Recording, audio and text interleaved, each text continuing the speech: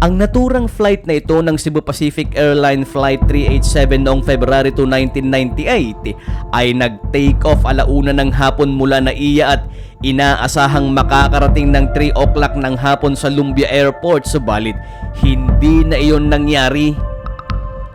Bago pa man kasi lumipad ang eroplano, lula ng 79 na mga pasahero at 5 crew nito ay naatasan ang mga piloto na si Captain Paulo Justo at ang co-pilot nito na si First Officer Erwin Gola na dumaan muna at mag-stop over sa Romualdo Airport sa Tacloban, Leyte.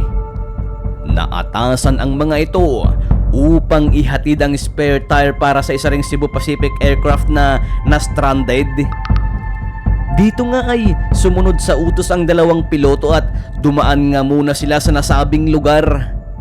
Maayos naman silang nakaalis ng NAIA Airport at ligtas na naglanding sa Tacloban. Subalit ang nasabing pag-stop over sa rutang ito ang naging dahilan ng pagka-delay ng mga pasahero nito mula sa nasabing oras ng kanilang pagdating sa Cagayan de Oro na may mga pasahero pang mula sa iba't ibang bansa tulad ng Canada, Japan, Australia, Switzerland at isa pang surgeon na mula sa Amerika na dadalo lang sana sa isang medical mission.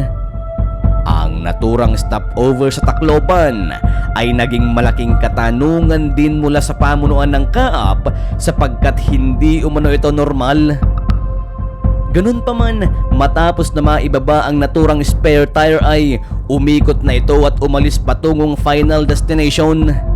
Sa muling paglipad ng Flight 387 patungong Cagayan de Oro ay kaagad ding niradyo ng mga piloto ang air control tower ng Lumbia upang ipabatid na sila nga ay aalis na ng Tacloban, pero bago pa man makaalis ang eroplano at dahil sa pagbabago ng ruta ay nagbigay ang ATO o Air Transportation Office ng bagong mapa na siyang susundan naman ng mga piloto. Sa kanilang muling paglipad ay biglang nagbago ang ihip ng hangin. Habang ang kalangitan kasi ay maliwalas pa lang noong nasa paliparan pa lang sila ay kabaliktaran ito noong marating nila ang mga bulubundukin.